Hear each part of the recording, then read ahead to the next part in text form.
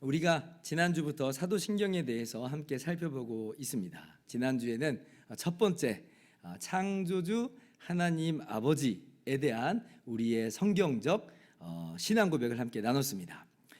사도신경 한번 기억해 볼까요? 어떻게 시작하죠? 전능하사 천지를 만드신 하나님 아버지를 내가 믿사오며, 그죠? 자, 오늘은 두 번째예요. 우리 주 예수 그리스도. 자, 사도신경의 그 다음 부분을 제가 적어놨는데요. 함께 쭉 같이 읽어봅시다. 시작. 그 외아들 우리 주 예수 그리스도를 믿사오니.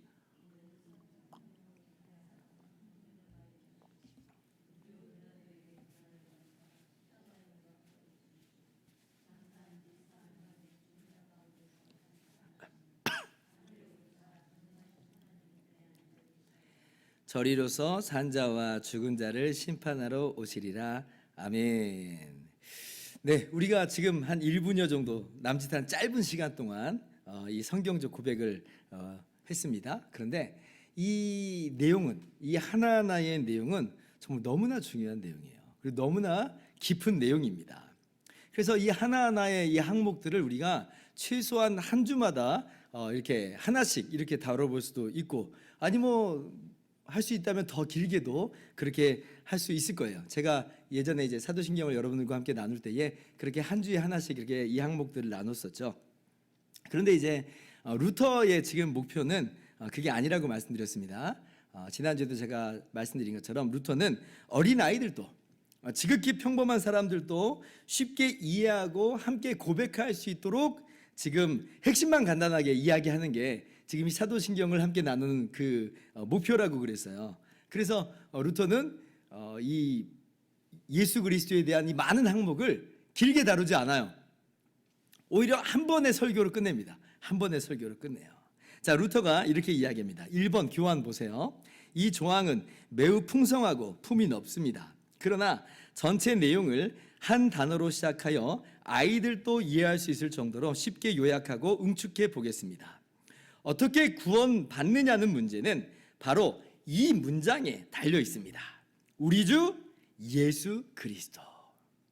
이 말에 집중해 봅시다. 둘째 조항에 나온 예수 그리스도를 믿는다는 것이 당신과 무슨 상관이 있습니까? 어떤 사람이 이렇게 질문한다면 간단하게 말하십시오. 나는 믿습니다. 예수 그리스도는 진실로 하나님의 아들이며 나의 주가 되셨습니다. 지금 루터는 이렇게 이야기해요. 어떻게 구원받느냐는 문제는 바로 이 문장에 달려있다. 이 문장에 달려있다. 우리 주 예수 그리스도라고 하는 이 문장에 내가 구원받느냐 못 받느냐가 걸려있다는 거예요. 그러니까 이 신앙 고백은 성경적 신앙 고백으로서 너무나 중요하다. 너무나 중요하다. 우리들에게도 한번 우리가 스스로 물어볼 필요가 있습니다. 예수 그리스도를 믿는다고 하는 게 그것이 무슨 의미며 당신에게 무슨 상관이 있습니까? 라고 말할 때 간단하게 이렇게 말하라는 거예요. 나는 믿습니다. 뭘 믿느냐? 예수 그리스도는 하나님의 아들이시고 예수 그리스도는 나의 주가 되셨습니다. 라고 고백할 때에 그렇게 고백하는 자마다 하나님께서 예비하신 놀라운 구원을 받게 된다는 것이에요. 자, 오늘 우리가 함께 마태복음 말씀을 읽었는데요. 마태복음 말씀도 동일하게 이야기를 합니다. 마태복음 16장 15절 16절이에요. 예수님께서 이렇게 제자들에게 물으시죠. 너희는 나를 누구라 하느냐? 16절 같이 읽습니다.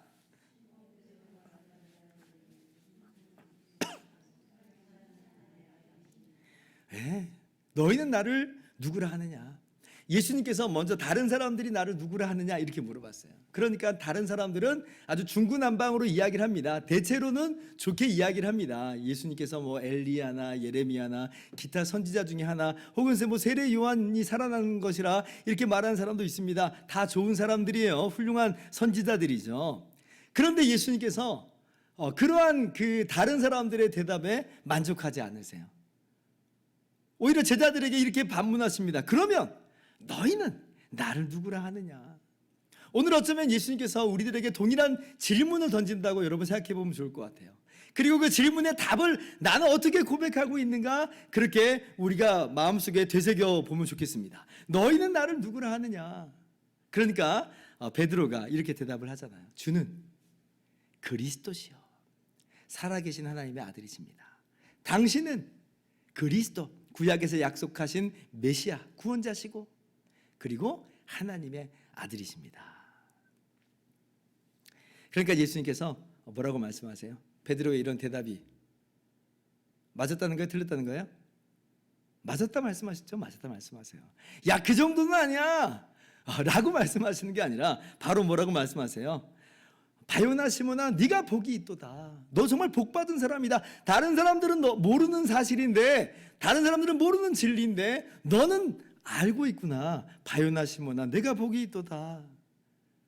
이를 내게 알게 하시는 이는 혈육이 아니요 하늘에 계신 내 아버지시니라. 근데 너가 이렇게 알고 믿고 고백하는 것은 하나님께서 알게 하신 것이다. 그리고 너가 그렇게 고백하는 것은 참으로 올바른 고백이요, 그 고백을 하는 그 베드로의 신앙 고백 위에 주님께서는 주님의 교회를 세우시겠다 이렇게 약속하여 말씀해 주셨죠. 이런 걸 보면 이 사도신경이나 이 루터의 이 대답은 새삼스러운 게 아닙니다. 성경에 없는 이야기를 하자는 게 아니에요. 오히려 성경에서 가르쳐 주신 대로 그대로 고백한 거예요. 그대로 고백한 거예요. 보세요. 베드로의 신앙 고백과 거의 비슷하잖아요. 주는 그리스도시요 살아계신 하나님의 아들이십니다. 당신은 그리스도시요 살아계신 하나님의 아들이십니다 라고 말하는 거나, 루터가 나는 믿습니다. 예수 그리스도는 진실로 하나님의 아들이며 나의 주가 되셨습니다. 뭐가 차이가 있어요? 성경의 고백을 그대로 이야기한 거예요. 사도신경에 우리가 그 외아들 우리 주 예수 그리스도를 내가 믿습니다 라고 하는 그 고백이 뭐가 다른 게 있어요? 성경의 고백을 그대로 이야기한 것이다. 또 다른 구절 봅시다. 사도 요한께서 요한복음에 이렇게 기록하셨습니다. 요한복음 20장 31절 말씀 같이 읽어볼까요? 시작.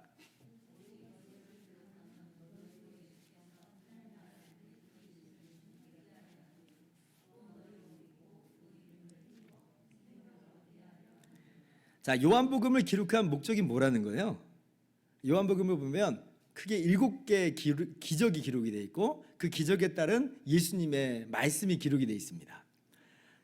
예수님께서 하신 기적이 정말 많은데 그중에서 선별해서 7개만 기록한 거예요. 근데 이렇게 선별해서 이 기적들을 기록한 이유가 뭐라는 겁니까?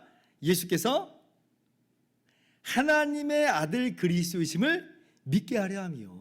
이 기적들을 보면서 뭘 우리가 알 수 있고 뭘 믿을 수 있다는 거예요. 예수님은 정말 하나님의 아들이시구나, 예수님은 정말로 그리스도시구나 라고 하는 것을 믿을 수 있다는 거예요. 이걸 믿게 하려고 기록을 했다. 나는 믿습니다. 예수님께서는 하나님의 아들이시며 나의 주이십니다.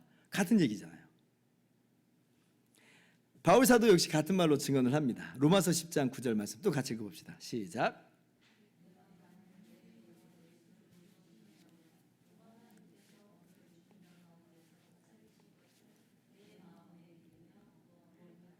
아멘. 네가 만일 너의 입으로 예수를 주라 그렇게 시인하면 구원을 받으리라.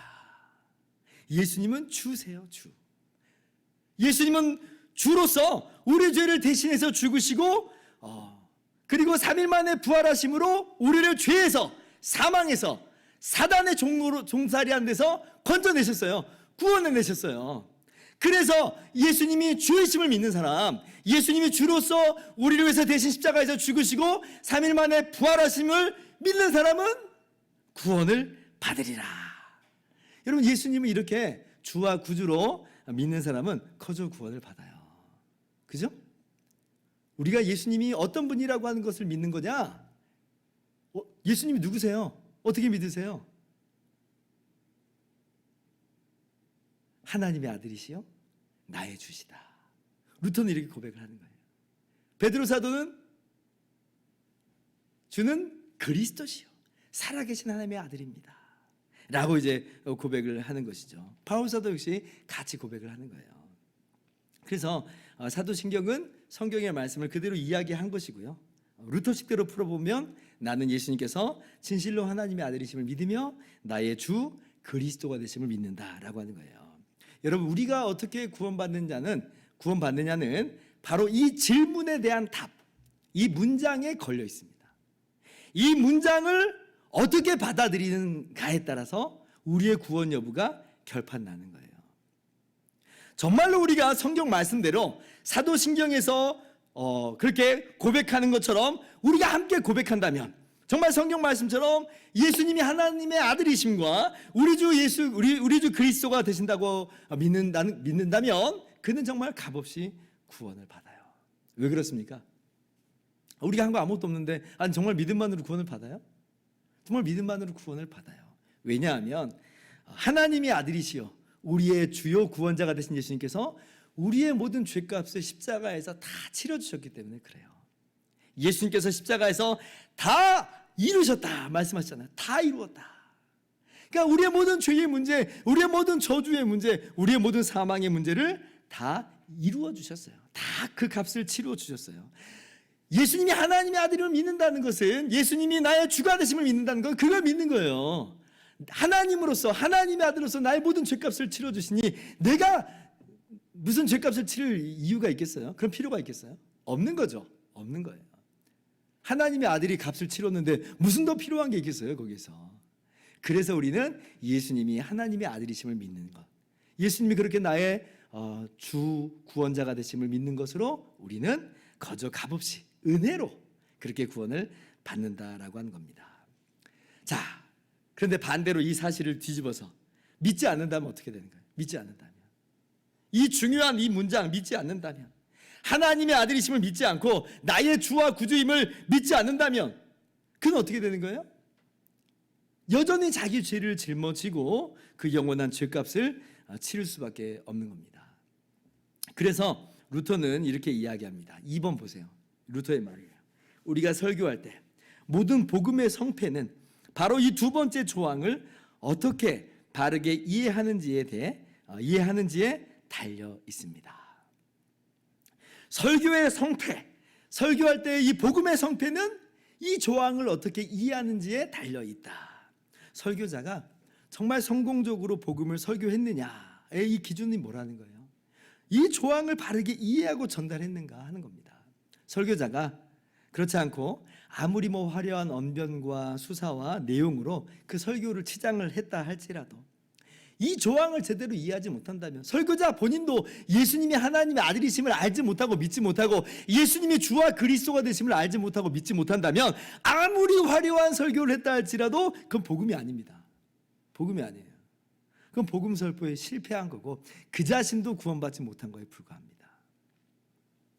청중도 마찬가지예요. 설교를 듣는 청중도 마찬가지예요. 자, 설교자가 복음을 복음으로서 성공적으로 설교한다 할지라도 그 듣는 그가 정말 그 설교를 통해서 구원받느냐 못 받느냐 하는 것은 이 조항을 내가 정말 내 마음 가운데 받아들여 나의 믿음을 고백하는가 못하는가, 여기에 달려 있어요. 설교가 들려질 때 말씀 참 잘하시네, 끄덕이고 동의한다 할지라도, 이야 정말 우리 목사님 설교 너무 재밌어 라고 할지라도, 복음이 들려줘도 재밌을 수는 있잖아요. 그죠? 저는 그렇게 못하는데 재밌게 하시는 분들도 있습니다. 그래서 재밌어 하고 고개를 끄덕이고 동의할지라도, 그래도 나는 예수님이 하나님의 아들이신 것, 예수님이 나의 주와 그리스도신 것, 구원자신 것 믿지는 못하겠어 라고 한다면 아직은 구원받지 못한 것이다. 물론 나중에 믿고 구원받을 수 있겠지만, 그죠? 아직은 아니다는 거예요. 예배당에 앉아 있다 할지라도, 그리고 설사 그것이 굉장히 오래된 기간 동안 앉아 있는 것이라 할지라도 이 조항을 나의 마음에서부터 나의 입술로 고백하지 못한다면 그는 아직 하나님의 자녀로서 구원받은 백성이 아니다라고 하는 거예요. 그래서 이 조항을 어떻게 이해하느냐, 어떻게 받아들이냐 하는 것이 우리의 인생의 성패를 좌우합니다. 예수님께서 여러분에게 물어보신다 생각해 봅시다. 베드로에게 물으신 것처럼 너희는 나를 누구라 하느냐. 여러분은 어떻게 대답하시겠습니까? 마음 가운데 여러분 대답하시고 계신 줄 믿습니다. 그리고 그 의미가 무엇입니까? 그 의미도 여러분 지금 대답을 하고 계실 줄 믿어요. 그리고 정말 그렇게 예수님을 하나님의 아들이요 나의 주 구원자라고 믿는 여러분은 구원을 받습니다. 성경 분명히 말씀합니다. 사도행전 16장 31절, 주 예수를 믿으라. 그리하면 너와 내 집이 구원을 받으리라. 사도행전 4장 12절도 같이 한번 읽어봅시다. 시작.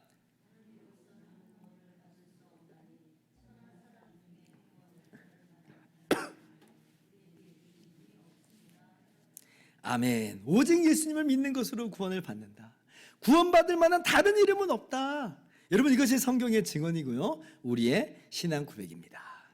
자, 그러면 조금만 더 들어가 봅시다. 왜 그런가 하는 것을 한번 나눠보자는 거예요.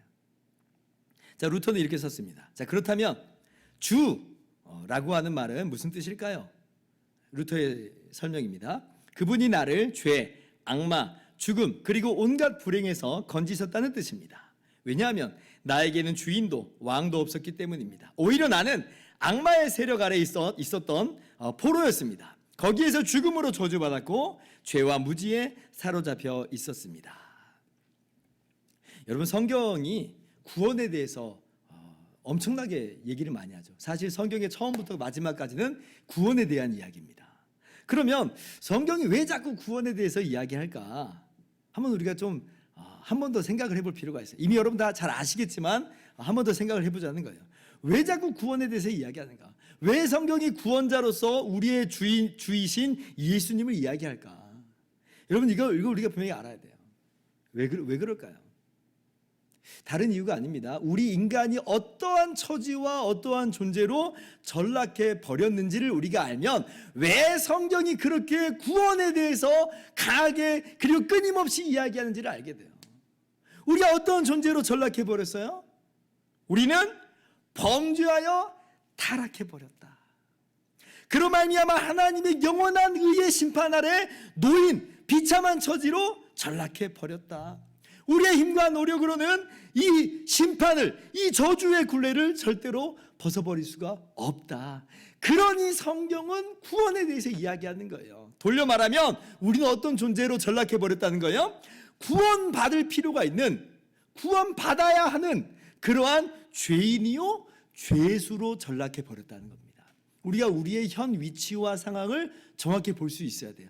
우리 인류가 처한 상황을 정확히 볼 수 있어야 돼요. 우리 인류는 어떠한 지금 형편인가, 어떤 상황인가, 지금 이대로 괜찮은 건가? 아니요, 그러면 구원이 필요 없죠. 괜찮으면 구원 필요 없는 거예요.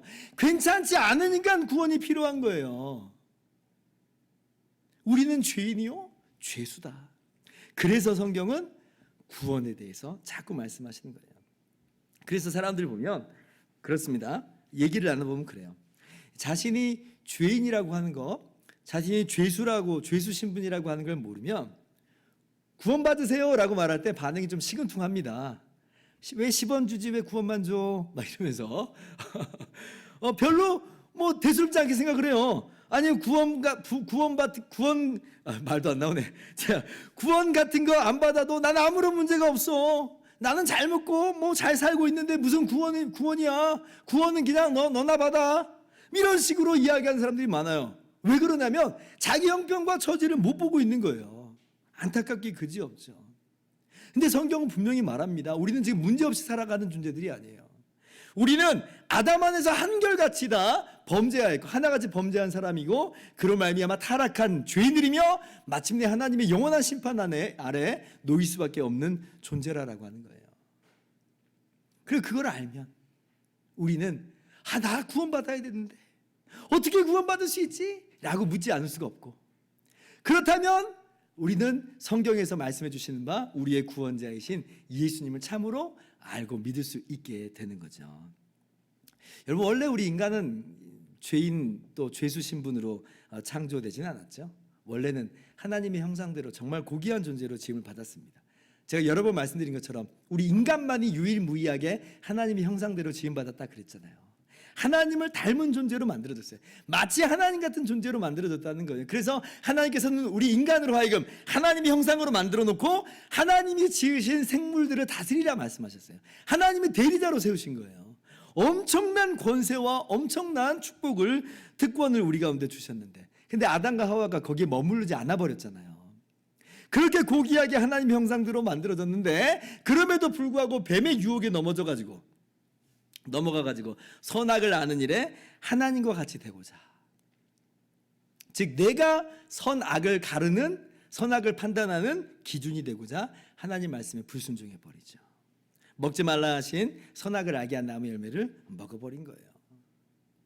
여러분, 그때 인류의 타락이 시작이 됐고 그 안에서 모두가 다 이렇게 타락하여 부패해버린 거예요. 자, 근데 그렇게 해서 우리 인간에게, 아담과 하와와 또 그 안에서 모든 인류에게 돌아온 게 정말 행복입니까? 정말 그래서 하나님같이 됐습니까? 아니에요. 물론 선악을 아는 일에 하나님 행세는 하게 됐어요. 오늘날 사람들 보세요. 다 내가 옳다는 게 옳은 거지 라고 지금 자기가 주인 돼서 선악의 기준이 돼버렸잖아요. 하나님 행세하는 거예요. 그게 이제 우리 인간의 모습입니다. 그러나 그렇다고 해서 그 인간이 정말 하나님이 된 것이냐, 정말 그래서 행복한 삶을 살게 된 거냐? 그렇지 않죠.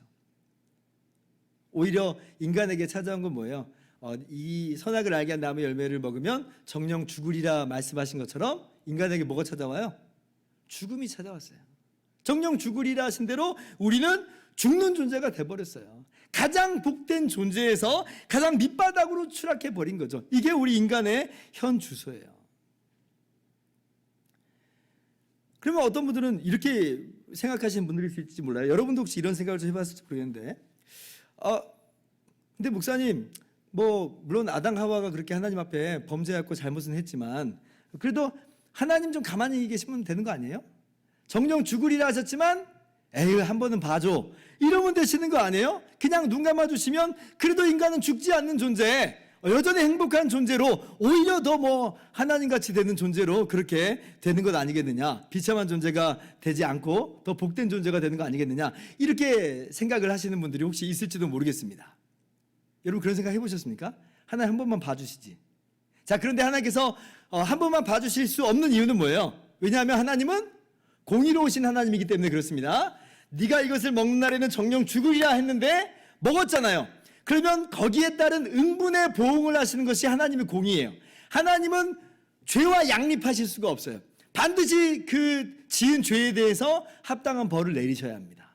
그렇기 때문에 하나님이 눈 감아주시는 일은 없어요. 정말 하나님 말씀처럼 죽는 것이 마땅한 것이고 비참한 처지로 전락하게 되는 것이 마땅한 겁니다. 이게 이제 분명한 사실입니다. 자, 그런데 예를 들어볼게요. 예를. 그러면 정말 하나님이 만약에 눈 감아 주신다고 한다면, 눈 감아 주신다고 하면 그러면 인류가 그때에는 그러면 비참한 처지로 전락하지 혹시 않는 것 아닐까? 근데 그것도 그렇지 않아요. 왜냐하면 두 가지 이유를 우리가 생각을 해봐야 됩니다. 첫 번째는 인간의 죽음, 인간의 이 사망이라고 하는 것, 인간의 모든 이 고통이라고 하는 건 분명히 하나님의 공의의 선고가 맞습니다. 하나님이 정령 죽으리라 하셨기 때문에 그 말씀처럼 하나님께서 선고를 내리신 거예요. 그런데 동시에 인간의 사망과 인간의 모든 고통은 인간이 하나님을 떠난 것으로 말미암아 맞이하게 되는 자연스러운 상황이기도 합니다. 하나님의 심판이면서도 자연스러운 상황이에요. 마치 비유하면 이런 거예요. 자, 어떤 분들이 이런 표현을 하신 걸 제가 들어본 적이 있는데, 하나님께 범죄해서 하나님을 떠난 인류는 마치 뭐와도 같냐 그러면 물 떠난 고기와도 같다, 이런 말씀하시는 분들이 있어요. 물 떠난 고기와도 같다, 밑둥이 잘린 식물과도 같다, 이런 표현을 좀 하십니다. 저는 그 비유가 굉장히 단순한데 진리의 너무 중요한 교훈을 담고 있다고 생각을 해요. 정말 그렇잖아요. 하나님을 떠난 건 그렇게 해서 더 행복해진 게 아니에요. 그게 뭘 말하는 거냐면 물 떠난 고기와도 같습니다. 물을 떠났다라고 하는 건 마치 자기 마음대로 할 수 있는 것이 될 수 있을지 모르겠습니다. 그런데 고기가 물을 떠나서 자유를 얻었다 한들 그것이 정말 자유겠느냐 하는 거예요. 그렇지 않잖아요. 그게 진짜 자유와 해방인가? 그렇지 않고 자기 마음대로 한 대가로서 오히려 발버둥치는 인생으로 전락해 버린 거예요. 말라 죽어가는 거예요. 말라 죽어가는 거예요. 하나님을 떠나면 내가 더 꽃을 피울 수 있을 것인가? 아니요, 그렇지 않아요. 밑둥 잘려진 식물처럼 말라 죽어 시들어가요. 그게 인생이에요. 하나님이 참 빛이신데 빛을 떠나버렸어요. 빛을 거절했어요. 그럼 자유가 찾아와요? 빛을 떠났어요. 뭐가 찾아와요? 어둠이 찾아오세요. 어둠이. 다시 한번 말씀드립니다. 인간의 사망이라고 하는 것, 인간의 이 받는 형벌이라고 하는 것은 하나님의 공의의 심판이 맞아요. 그런데 동시에 어떠한 측면도 갖고 있냐면 하나님을 떠난 존재가 맞이하게 되는 필연적인 그러한 모습이기도 하다라고 하는 거예요. 두 번째로 또 비슷한 이야기로 이렇게 설명을 해볼 때요, 다른 각도로 보면 이렇습니다. 인간의 범죄가 인간 자신만의 범죄뿐만 아니라 이건 또 뭘 이제 그 의미로서 담고 있냐면 뱀의 유혹에 넘어졌잖아요. 사탄의 유혹에 넘어진 거예요. 그런데 이제 하나님께서 한 번만 눈 감아 주신다라고 하는 건 뭐예요? 그 인간이 누구 편으로 붙어버리는 거예요? 뱀의 유혹에 넘어가서 뱀 편에 섰다는 거거든요. 사단의 지배를 받는 거예요. 그러면 하나님이 눈 감아 주신다고 해서 그 인간이 행복하게 되는 겁니까? 참 자유와 해방을 누리는 겁니까? 그렇지 않죠. 하나님을 떠나서 뱀의 속박에 놓인 거예요. 사단의 지배 아래 놓인 거예요. 그래서 하나님이 내버려 두신다 한들 인간은 행복하게 되는 게 아니라라고 하는 겁니다. 한번 이 세상 보세요. 하나님께서 이렇게 심판하실 때 인간을 즉각적으로 영원한 멸망으로 분명히 두실 수 있었는데도 불구하고 하나님 그렇게 하시진 않죠. 인간의 이 땅에서의 삶, 아담은 이제 1000년 가까이 살았지만 그 이후로 인간은 120년간의 어떤 인생이라고 하는 기회를 두셨어요. 하나님 굳이 이러실 필요 없습니다. 사실 하나님은 즉각적으로 영원한 지옥으로 던져 넣으실 수 있어요. 그런데 120년의 이 기간을 우리 가운데 두셨어요. 이건 어떤 의미에서 우리에게 회개의 시간을 주신 거예요. 회개의 시간. 그런데 우리가 이 120년간의 이 시간을 산다라고 할 때 우리의 인생을 돌아보세요. 어떻게 살아요? 행복하게 살아요? 하나님 떠나가지고 정말 꽃 피우고 삽니까? 천국에서 삽니까? 아니, 그렇지 않아요. 우리 인간의 삶을 돌아보면 전혀 그렇지 않습니다. 천국의 삶이긴커녕 지옥의 삶 같아요. 유토피아는 아니고 지금 정말 사는 게 고통의 시간들입니다. 인간이 서로가 서로를 속이고 훔치고 빼앗고 죽이고 서로가 서로를 노예 삼는 그런 모습이 우리 인간의 모습이에요. 하나님 내버려 두신 것과도 같은 이 120년의 삶을 보라는 거예요. 그래서 하나님께서 심판하시지 않았으면 그러면 아담과 하와는 괜찮지 않았겠느냐, 구원이 필요 없는 그런 존재가 되었겠지 않았겠느냐. 천만의 말씀입니다. 범죄한 즉시 하나님께로 끊어진 즉시 생명이신 하나님께로 끊어진 즉시 그것으로 부패해버리기 시작한 것이고, 하나님께로부터 끊어진 즉시 사단의 노예가 되어서 죄의 노예가 된 그런 비참한 존재가 돼버렸다는 거예요. 물론 하나님의 공의의 심판은 당연히 있는 것이고, 그래서 우리 인간이 맞이하는 모든 고난과 고통은 하나님이 심판하셨기 때문에 있는 게 아니라 오히려 인간의 이 범죄로 말미암는 겁니다. 자유의지를 남용하고 오용한 우리 인간에게 그 책임이 있는 거예요. 지옥의 인생을 사는 것은 바로 우리 자신 때문이에요. 자, 그런데 오늘 말씀에서는 뭘 이야기해 주는 거예요? 그런데 하나님께서 그런 우리를 내버려 두시지 않고 하나님의 아들, 하나님이신 그분을 이 땅 가운데 보내주셨다는 거예요. 보내주셨다. 하나님께서 그러실 이유도 없고 필요도 없는데, 그런데 하나님께서 하나님의 아들을 보내주셨다. 하나님이 이 땅에 우리와 똑같은 사람이 되어 오셨다. 그리고 예수님께서 우리의 모든 죄와 모든 저주와 모든 형벌을 다 짊어지고 십자가에서 대신 죽어주셨다. 죄값을 치러주셨다. 그러니 예수님께서 십자가에서, 하나님의 아들이신 예수님이 십자가에서 대신 죽으심으로 더 이상 우리가 치러야 될 죄값은 남아있지 않고 모든 저주와 모든 사망과 모든 정죄는 다 끝나버렸어요. 진정한 자유와 해방을 우리는 하나님의 아들 예수 그리스도의 십자가 안에서 우리는 받게 되었다는 겁니다. 그러니까 사단도 우리를 이제 어떻게 할 수가 없어요. 사단이 인류를 유혹해서 죄짓게 해서 인류를 종살이하게 했는데, 노예로 부려먹었는데, 예수님이 죄의 문제를 해결하시니까 사단이 더 이상 우리를 해할 수가 없는 거예요. 사단이 우리를 어떻게 할 수가 없어요. 예수님께서는 죄의 포로된, 사단의 포로된 우리를 건져내셨고 구원해내셨고 하나님의 자녀로 회복시켜 놓으셨습니다. 믿으시기 바랍니다. 예수님이 하나님의 아들이시오 우리의 주와 구원자이심을 믿으시기 바랍니다. 자, 루터의 글을 한번 읽어봅시다. 4번이에요. 시작. 그러므로 이제 예수 그리스도는 독재자와 감옥 열쇠를 가진 자들을 몰아내고 그 자리에 생명과 정의, 모든 선한 것과 은총의 주인으로 좌정하십니다. 그분은 가련하게 잃어버린 우리 인간을 지옥의 입구에서 빼내시고 승리하며 자유롭게 하셨습니다. 그리하여 아버지의 자비와 은총을 주시며 그분의 보호 가운데 우리를 당신의 소유로 품어주셨습니다. 이것이 이 조항의 대략적인 요약입니다. 아주 간단히 말해 주라고 하는 단어는 구원자입니다. 오직 그분만이 우리를 악마에게서 하나님께로, 죽음에서 생명으로, 죄에서 정의로 옮겨주시고 거기서 우리를 보존한다는 뜻입니다. 아멘. 주라고 하는 단어는 구원자다. 하나님의 아들이 우리의 주로서, 우리의 구원자로서 이 땅 가운데 놀라운 구원의 역사를 이루셨다는 것이에요. 그러므로 우리가 거저 그리스도 예수를 믿는 믿음 안에서 죄 용서받고 하나님의 자녀가 되었다. 자, 이제 말씀 마치겠습니다. 예수님은 정말로 하나님의 아들이십니다.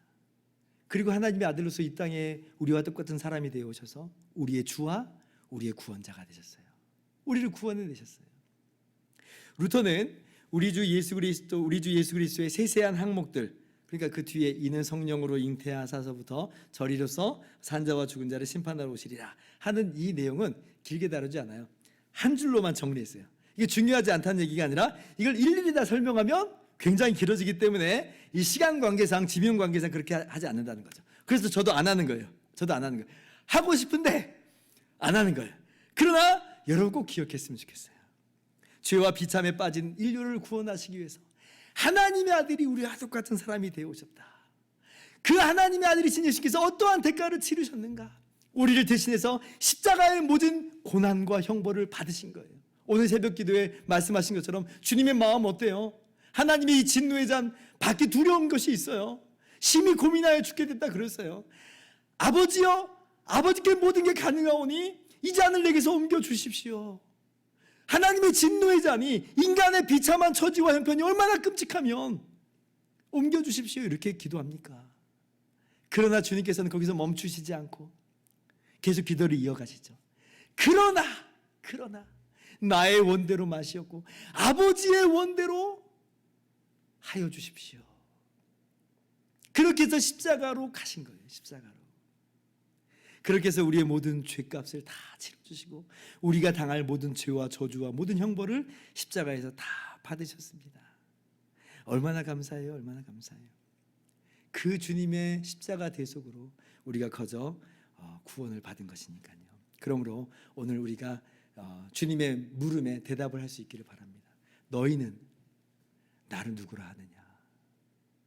너희는 나를 누구라 하느냐? 어떤 분으로 우리는 예수님을 이해하고 있습니까? 어떤 분으로 대우하고 있습니까? 행여나 혹시나 예수님을 아주 훌륭한 선생님만으로 그렇게 생각을 하고 있는 것은 아닌가? 행여나 혹시 예수님은 그냥 우리를 잘 먹고 잘 살게 하는 그런 정도의 분으로서 우리가 이해하고 그쳐버리는 것은 아닌가? 아니에요. 그런 식으로 고백하고 끝나면 안 됩니다. 우리가 마땅히 고백할 우리의 믿음과 우리의 신앙 고백은 무엇이냐면 주는 그리스도시요 살아계신 하나님의 아들이십니다. 예수님은 하나님의 아들로서 나의 주가 되셨습니다 라고 하는 것이 저와 여러분의 고백일 줄을 믿습니다. 그러한 고백 가운데 하나님께서 우리 가운데 주신 놀라운 구원을 충만하게 누리시기를 주님의 이름으로 축원합니다.